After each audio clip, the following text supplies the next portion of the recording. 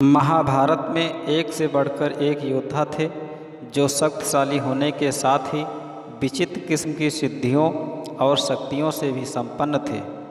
प्रिय मित्रों नमस्कार, आप सभी का हमारे YouTube चैनल अयोध्या हिंदू राम राज्य में स्वागत है। आज हम आपको बताएंगे महाभारत के प्रमुख योद्धाओं और उनकी विचित्र सिद्धियों और शक्तियों के बारे में। तो आइए मित्रों जानते हैं उन योद्धाओं के बारे में। श्री कृष्ण तो स्वयं भगवान विष्णु थे। महाभारत के युद्ध में जो भी घटनाएं घटित हो रही थीं वह सभी घटनाएं भगवान श्री कृष्ण की इच्छा अनुसार ही घटित हो रही थीं। महाभारत के शुरू से अंत तक क्या घटित होने वाला है सब कुछ उन्हें पहले से ही मालूम था, लेकिन उनके समक्ष और सामने जो योद्धा लड़ रहे थे वे भी कम नहीं थे। सहदेव भविष्य में होने वाली हर घटना को पहले से ही जान लेते थे।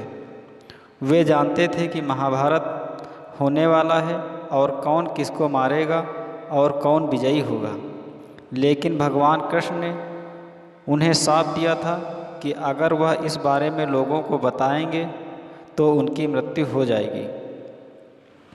बर्बरीक दुनिया के सर्वश्रेष्ठ धनुर्धर थे। बर्बरीक के लिए 3 बाण ही काफ़ी थे, जिसके बल पर वे कौरवों और पांडवों की पूरी सेना को समाप्त कर सकते थे। युद्ध के मैदान में भीमपौत्र बर्बरीक दोनों खेमों के मध्य बिंदु एक पीपल के वृक्ष के नीचे खड़े हो गए और यह घोषणा कर डाली कि मैं उस पक्ष की तरफ से लड़ूंगा जो हार रहा होगा। लेकिन श्री कृष्ण ने महाभारत युद्ध से पहले ही उनसे उनका शीश दान में मांग लिया था और उनको युद्ध से दूर कर दिया। महाभारत युद्ध में संजय वेदांत विद्याओं का अध्ययन करके वे धृतराष्ट्र की सभा के सम्मानित मंत्री बन गए थे। आज के दृष्टिकोण से वे टेलीपैथिक विद्या में पारंगत थे। कहते हैं कि गीता का उपदेश 2 लोगों ने सुना, एक अर्जुन और दूसरा संजय।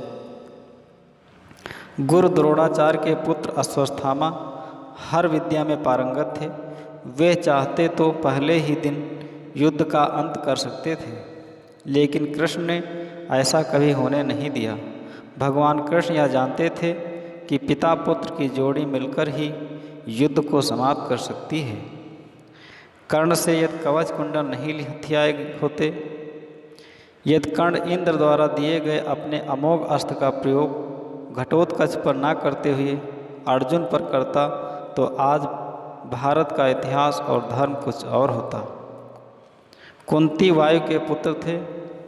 कुंती वायु के पुत्र थे भीम, अर्थात पवन पुत्र भीम। भीम में 1000 हाथियों का बल था। युद्ध में भीम से ज़्यादा शक्तिशाली उनका पुत्र घटोत्कच ही था। घटोत्कच का पुत्र बर्बरीक था। माना जाता है कि कद काठी के हिसाब से भीम पुत्र घटोत्कच इतना विशालकाय था कि वह लात मारकर रथ को कई फुट नीचे पीछे फेंक देता था और सैनिकों को तो वह अपने पैरों तले कुचल देता था।